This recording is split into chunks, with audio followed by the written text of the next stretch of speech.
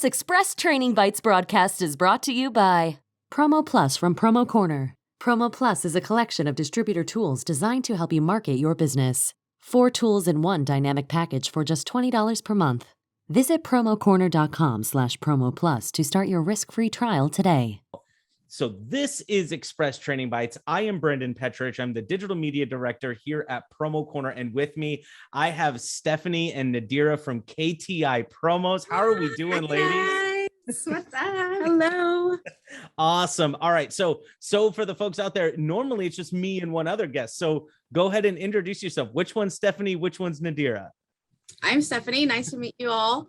I'm the marketing manager at KTI. It's really good to meet you. It's exciting to have both of us. We just can't be apart. You have to have us both together. So we cannot split us. Hi, everyone. My name is Nadira. I'm the East Coast Region Manager for KTI Promo, and I'm excited to be here. Fantastic. All right. So yes, you guys, they are the dynamic duo over there at KTI. And I had an amazing conversation with them face to face when they were up here in Austin. And it sparked my curiosity to want to kind of put this conversation out to the rest of you guys. So I hope you enjoyed. Now, as you guys are watching this, if you do have any questions or comments or anything, put them right there in the message box. We will get to them live. I do have a couple of questions that we're going to run through, so I don't go off on tangents because you guys know how I can do that.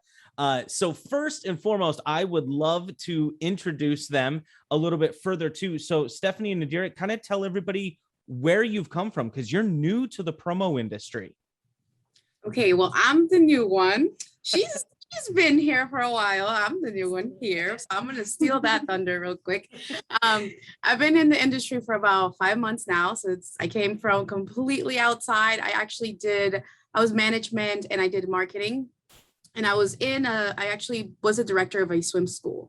So I worked with multiple students, multiple families. We have over 2,100 students. Wow. All enroll at the same time. And I had a team, at the same time, I had a team of 50 plus people. So it kept me very busy and it was great. It was a really great experience. Customer service was the biggest thing. So I think I could speak very loud and clear about that. Awesome. Nadira, so wait, yeah, you've been in the industry for a while, right? But kind of. She hides. She likes to hide. I've been kind of hiding for a long time. I used to work for Adware Specialty of Texas. I worked there for 5 years and it was such a great learning experience. I was a distributor. It still was in Houston, Texas, actually right down the street from KTI. It's pretty funny, I got poached.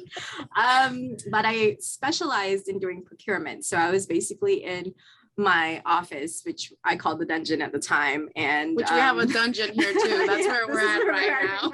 Yeah. And I basically did procurement and bids and all sorts of, it was a really giant learning experience. I mean, when I first started doing bids, it was just like, for various different counties and it was like, maybe 50K or 100K. And by the time I left, it was in the millions. So wow. I learned so much and grew. And then being on the supplier side, I kind of feel like, you kind of grow in terms of like being on the logistics chain, and you have like a fully formed perspective. So that's kind of where I'm at. I've been in the industry for 10 years. I know that's still kind of baby years because everybody is in the industry for like 20 or 30 years. So I don't really, because everybody always just still calls me a baby anyway. So I feel the same way. Every time I tell somebody I've been in the industry for forever, I've been in the industry for just under 17 years. And it's like, then they're like, well, I've been in for 35. Okay, well, all right, sweet. So I'm still an infant. That's fantastic. That is awesome. So both of you have had customer service experience from both the consumer side and from being, a customer service representative for a company or for a service. So as a consumer, so let's look at it from a consumer's point of view. What is good customer service to you guys? Chick-fil-A. just flat out. That's the answer. For those who have Chick-fil-A, like during lunchtime. I know. Oh God, I'm so sorry. You guys can't take me serious. I can't.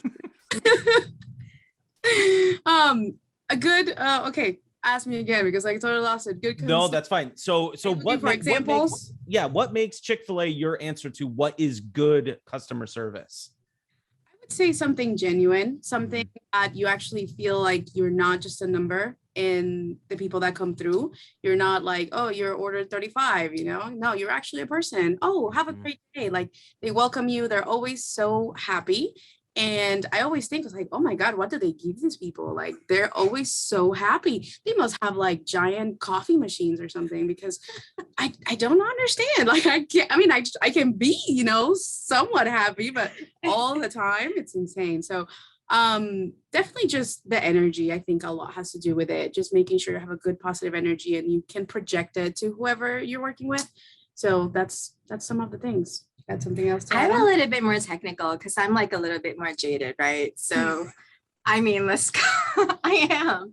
I'm all for like effectiveness and how quickly I can get from point A to point B and how are you going to help me on my way? So if you're going to be my shepherd, how effective are you going to be? And a lot of time, I understand that as a consumer, I'm against the clock, whether I'm online shopping or whether I'm like going in and out of the store. I'm always against the clock. So it's all about effectiveness for me. And if you can do that and provide me with a great service with, you know, in a timely fashion, and I can get out of there without any trouble or hassle, I will remember that. So Chick-fil-A. Totally. So Chick-fil-A. I mean, they put Whataburger to shame. Whataburger tries, but they can't get it together. Oh, I agree. I think Whataburger does a great job, but nobody can get anywhere near what Chick-fil-A does. That is absolutely. You kind of wish TSA was like that.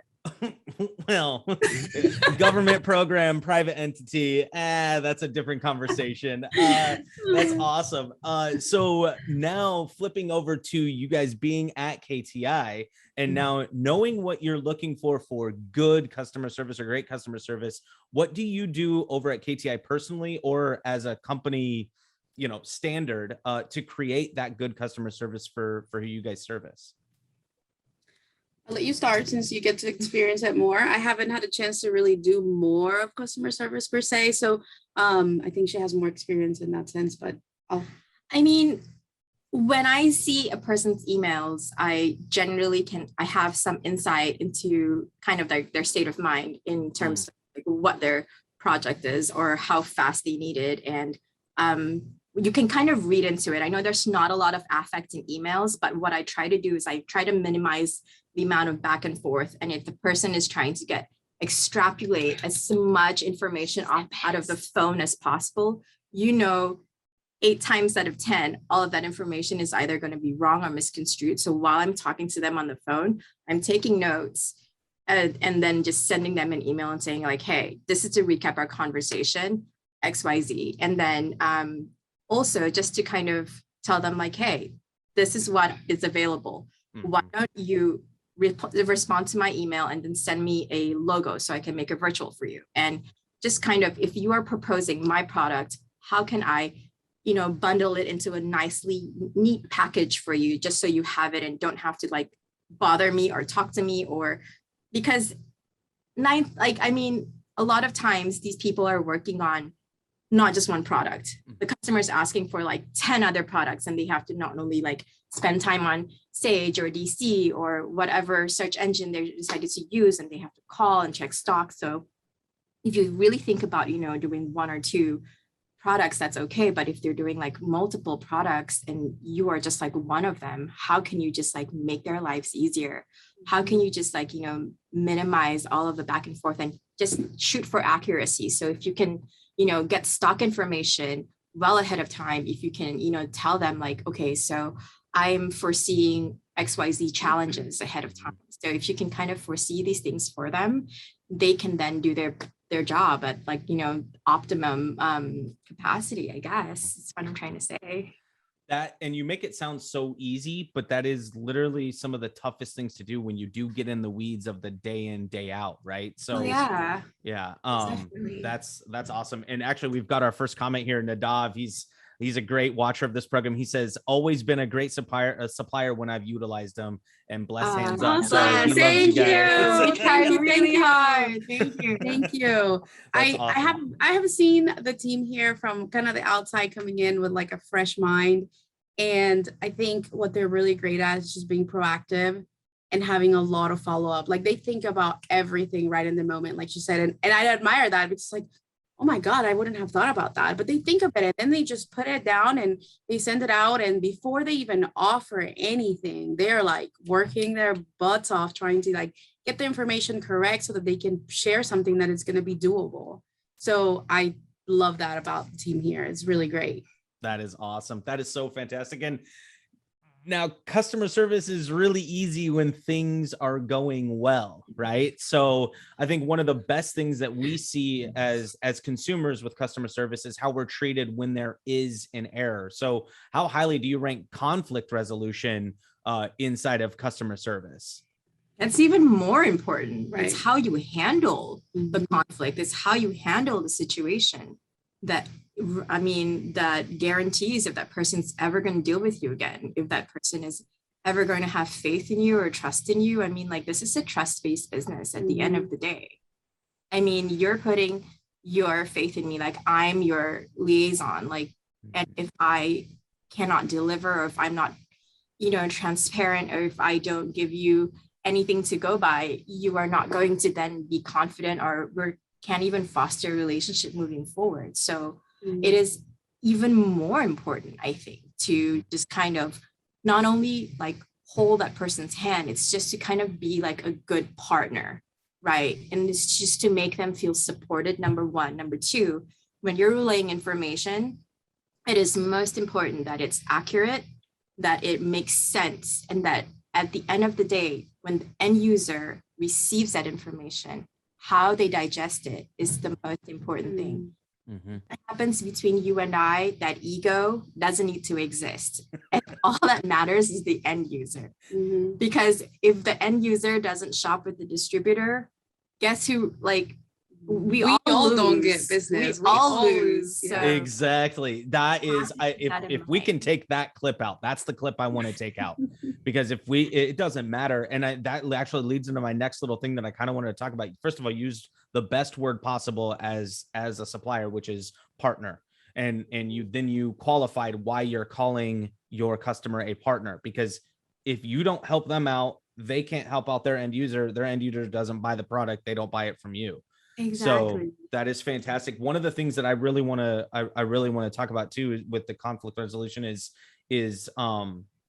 like you kept saying, being truthful, and having. So what happens when you don't have an answer? How do you handle that position when somebody's just super insistent, being very pushy, but you don't know when something is shipping, you don't know when something is coming through? How do you as a supplier handle that situation?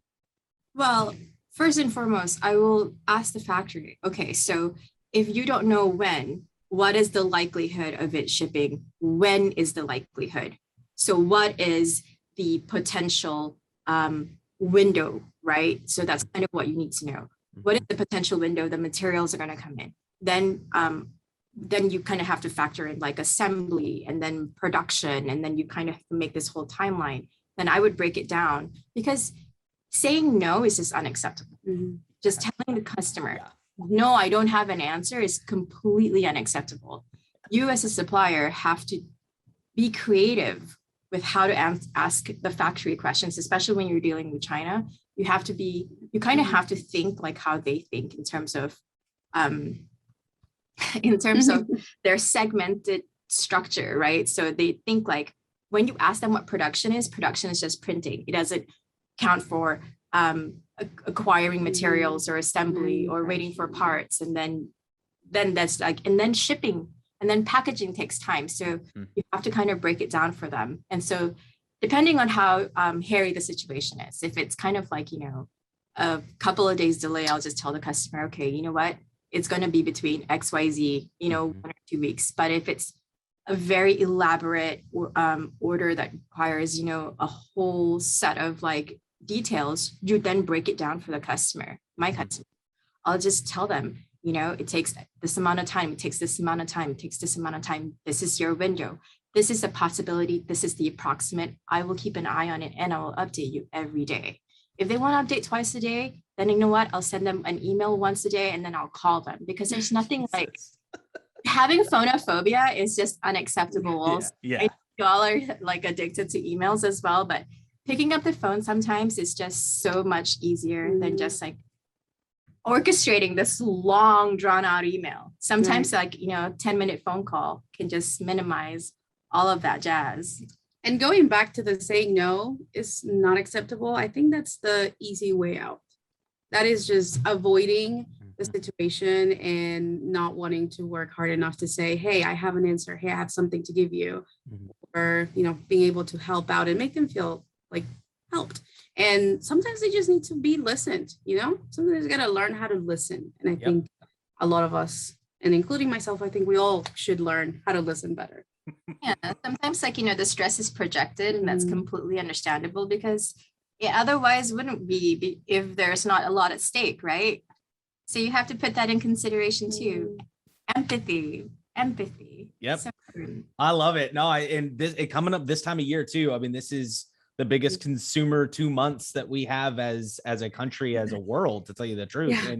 And so this is the time, if you are going to practice any of these amazing things that these ladies are saying, it is now time to do that. And I love that you guys have the outlook of being able to have that empathy and that forethought to be able to see what the customer and anticipate what the customer is going to be needing or asking. So good on you. Now, we did talk about in Austin, we did talk about a couple of things that you do, Nadira, that blew my mind. And so I have to ask, are you still handwriting notes to people? yes, I have.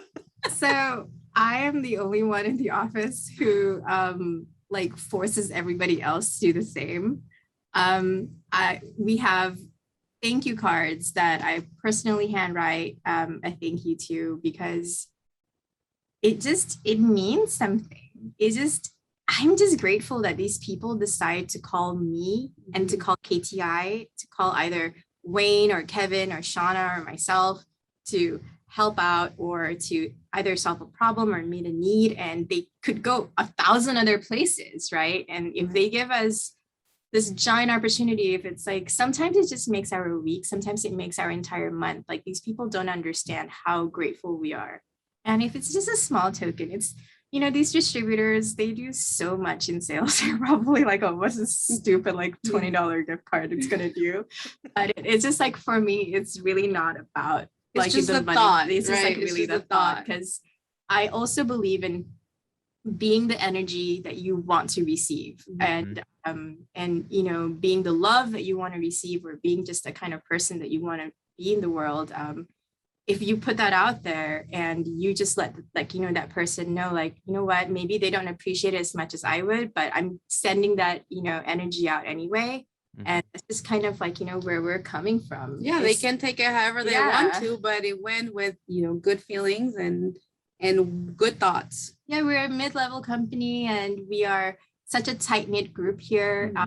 Just, a small group of us, and we are very intimate with our customers, and why not be? And if I'm talking to these people, like, at least 3 to 4 times a week, and if I don't get to see them, the next best thing is the handwritten note, right? It's just how she has pen pals, Oh, that's awesome. I'm such a nerd. I love it. I'm still waiting to receive a handwritten note at my house. Not yet. I'm still waiting. That is awesome.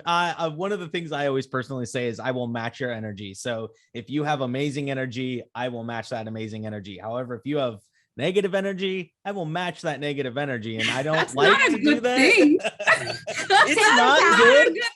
It's not good. That's why I don't think I'm I do well in customer service up to a certain point. No, that is awesome. Speaking of that, and the last little thing that I wanted to hit, and I did in transparency, I gave you an idea of, I was going to ask you this question at the beginning, but because like I just said, I match negative energy. So there's some times where I'm just not going to give somebody good customer service. So for you guys, who gets good customer service and who gets great customer service? And you know what I mean by that. Oh, man. I'm putting that one on you. I don't know. Oh, man. I don't know. I'm too young. I'm a baby. I can't speak. People that talk to me like I'm a person. People who don't talk at me, talk down to me, who punch me down. People who just like, that's a no-no. just Mhm. treat me like a person and just level with me like human to human. Mhm. And that's really the difference. I mean, Mhm. people sometimes like don't even like take a breath and they're like, I need this, like, okay, got it. And then like everything I do will then just be robotic, and that's okay. There's nothing wrong with that either. Correct. If you just take a minute, like I have a customer who just, for lack of a better term, like likes to shoot the shit. And it's Beep, beep. It's like, it's like just a minute of it though. Just every time they call, I just like get so excited, you know. I'll answer within like the first ring, and it really just makes all the difference in the world, because they have to understand too that I, as a supplier, get calls like incessantly, and everything I do is just kind of monotonous and a little bit soulless. And as a person who values just like, you know, interaction, especially during the time of COVID, we just came out of just like, you know, isolation and lockdown, and getting to talk to someone or just getting to interact with them, it's such a privilege that we can just like, you know, half a minute, you know what I mean? Right. That's just the difference for me. I think it's very different for everybody else, but for me, it's like, you know, just kind of treating me like I'm a person just makes my day just like blah to like great, you know, and it just takes like half a minute. That is awesome. And I was literally hoping that's where you were going with the answer. You went there, you did not miss. That was fantastic. That's honestly, as we look at ourselves, when we think of customer service, I honestly think that the way we act as a consumer will also be how we are as a customer service representative. So look at yourself too, distributors, if you're watching, end users, if you're watching, suppliers, if you're watching, how you treat the people when you have an issue as the consumer is most likely how you're going to react when you have an issue on the other side. So make sure that that's the place you want to be. Nadira and Steffany always give good customer service. They give great customer service too if you treat them like people. So Are people. exactly. That is fantastic. You're not perfect. We're people. Exactly. That is awesome. Well, this has been Express Training Bites. Nadira, Steffany, thank you so much for taking time out of your day and talking about this. Appreciate it. I'm sorry I didn't wear my red lipstick. I know we had talked That's about unfortunate. I thought we You can't sit with us. it. Can't sit here. Can't sit with us. We wear red lipstick on Tuesday. That is awesome. You guys, thank you so much for watching Express Training Bites. You could always check this out live on the first and third Tuesday of the month. And we also post the recordings over at Promo Journal at promocorner.com. So we will see you next time.